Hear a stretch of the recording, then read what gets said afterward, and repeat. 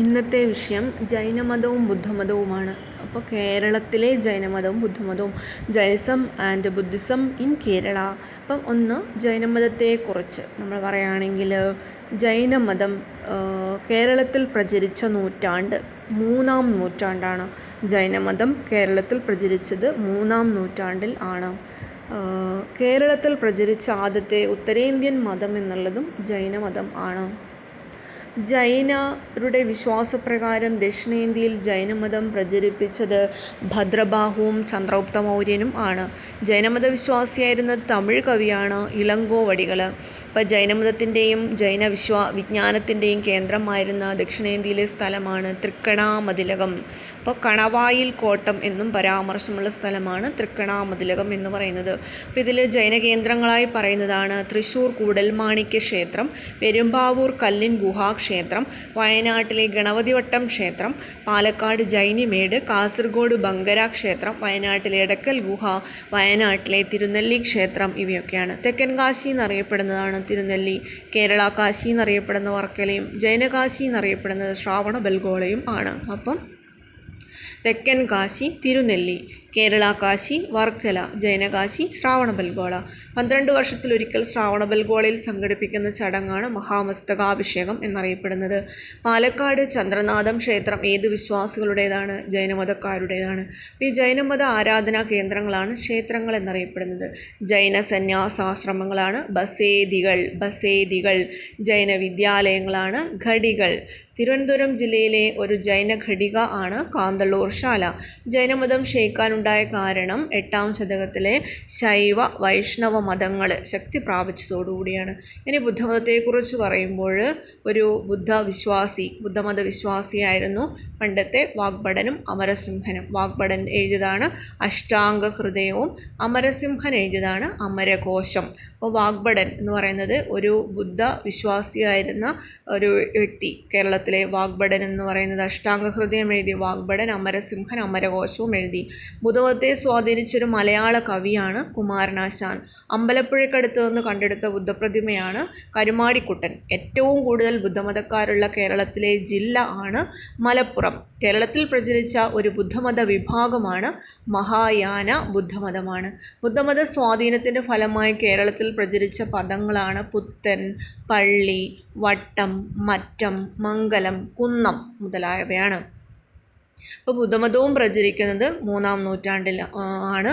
ആദ്യ ബുദ്ധമത വിഹാരത്തെക്കുറിച്ച് പരാമർശിക്കുന്നൊരു കൃതിയാണ് മണിമേഖലയാണ്. ദക്ഷിണേന്ത്യയിൽ ഏറ്റവും പ്രശസ്തമായൊരു ബുദ്ധമത കേന്ദ്രമാണ് ശ്രീമൂലവാസം. ശ്രീമൂലവാസ ക്ഷേത്രത്തിന് സംരക്ഷണം നൽകിയതിനെ തെളിവായ ശാസനമാണ് പാലിയം ശാസനം. ശ്രീമൂലവാസത്തെക്കുറിച്ച് പരാമർശിക്കുന്ന പ്രാചീന സംസ്കൃത മഹാകാവ്യം ആണ് മൂഷകവംശകാവ്യം. അപ്പോൾ ശ്രീമൂലവാസത്തെക്കുറിച്ച് പരാമർശിച്ചതാണ് മൂഷക വംശകാവ്യം.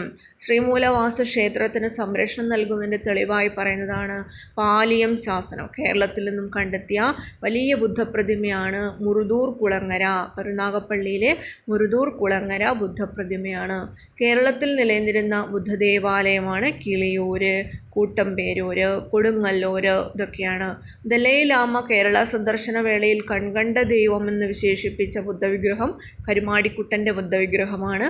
അത് അമ്പലപ്പുഴക്കടുത്ത് നിന്നും കണ്ടെത്തിയ ഒരു ബുദ്ധൻ്റെ പ്രതിമയാണ്. ബുദ്ധമതവുമായി സാമ്യപ്പെടുത്തുന്ന കേരളത്തിലെ പ്രധാനപ്പെട്ട ക്ഷേത്രങ്ങളാണ് ശബരിമല, ശാസ്താക്ഷേത്രങ്ങൾ. ബുദ്ധമതത്തിൻ്റെ സ്വാധീന ഫലമായിട്ട് കേരളത്തിൽ പ്രചരിച്ചിരുന്ന ഒരു ചികിത്സാ രീതിയാണ് ആയുർവേദ ചികിത്സ. ഇനി മറ്റു മതങ്ങളെക്കുറിച്ച് പറയുമ്പോൾ ജൂതന്മാർ കേരളത്തിലെത്തിയത് AD 68-ലാണ്. ഈ ജൂതന്മാരുടെ ആസ്ഥാനം എന്ന് പറയുന്നതും കൊടുങ്ങല്ലൂരാണ്. കേരളത്തിൽ കുടിയേറിയ ജൂതന്മാരുടെ തലവനാണ് ജോസഫ് റബ്ബാൻ. അപ്പോൾ മട്ടാഞ്ചേരി ജൂതപ്പള്ളി ഉണ്ടാക്കിയതും ജോസഫ് റബ്ബാനാണ്. ഇനി കേരളത്തിലെ മാപ്പിളമാർ എന്ന വിഭാഗമാണ് ഇസ്ലാമിൻ്റെ കേരളത്തിൽ അല്ലെങ്കിൽ ഇന്ത്യയിൽ തന്നെ ഇസ്ലാം മതം പ്രചരിപ്പിച്ച വ്യക്തിയാണ് മാലിക് ദിനാർ. കേരളത്തിലെ ആദ്യത്തെ മുസ്ലിം പള്ളിയാണ് ചേരമാൻ ജുമാ മസ്ജിദ്. അപ്പോൾ ആദ്യം പ്രചരിപ്പിച്ചത് ആരാണ്?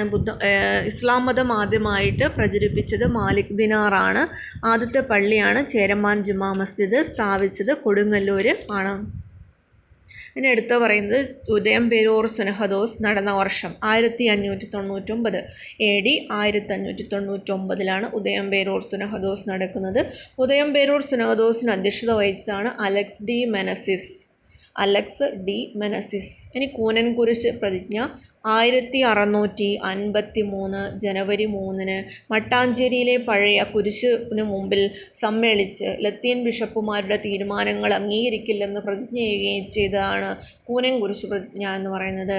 അപ്പോൾ 1653 ജനുവരി 3 1653 ജനുവരി 3 കൂനൻകുരിശ് പ്രതിജ്ഞ. ചേരമാൻ ജുമാ മസ്ജിദ് പണിയെഴുപ്പിച്ചത് മാലിക് ദിനാർ ആണ്. കേരളത്തിലെ പ്രശസ്തമായ 7 പള്ളികൾ സ്ഥാപിച്ചത് സെൻറ് തോമസ് വന്ന എന്ന് പറയുന്ന വർഷം 52 AD 52. കേരളത്തിലെ ക്രിസ്തുമതം പ്രചരിപ്പിച്ചത് സെൻറ് തോമസ് ആണ്. നസ്രാണികൾ എന്നറിയപ്പെടുന്നത് സിറിയൻ ക്രിസ്ത്യാനികളാണ്. കേരളം ഭരിച്ച ക്രിസ്തീയ രാജവംശമാണ് വില്ലുവാർവട്ടം രാജവംശമാണ്.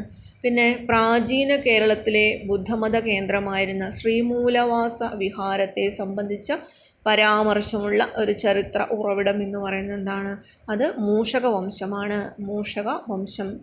പ്രാചീന കേരളത്തിലെ ബുദ്ധമത കേന്ദ്രമായ ശ്രീമൂലവാസ വിഹാരത്തെ സംബന്ധിച്ച് പരാമർശമുള്ളതാണ് മൂഷക വംശ കാവ്യം.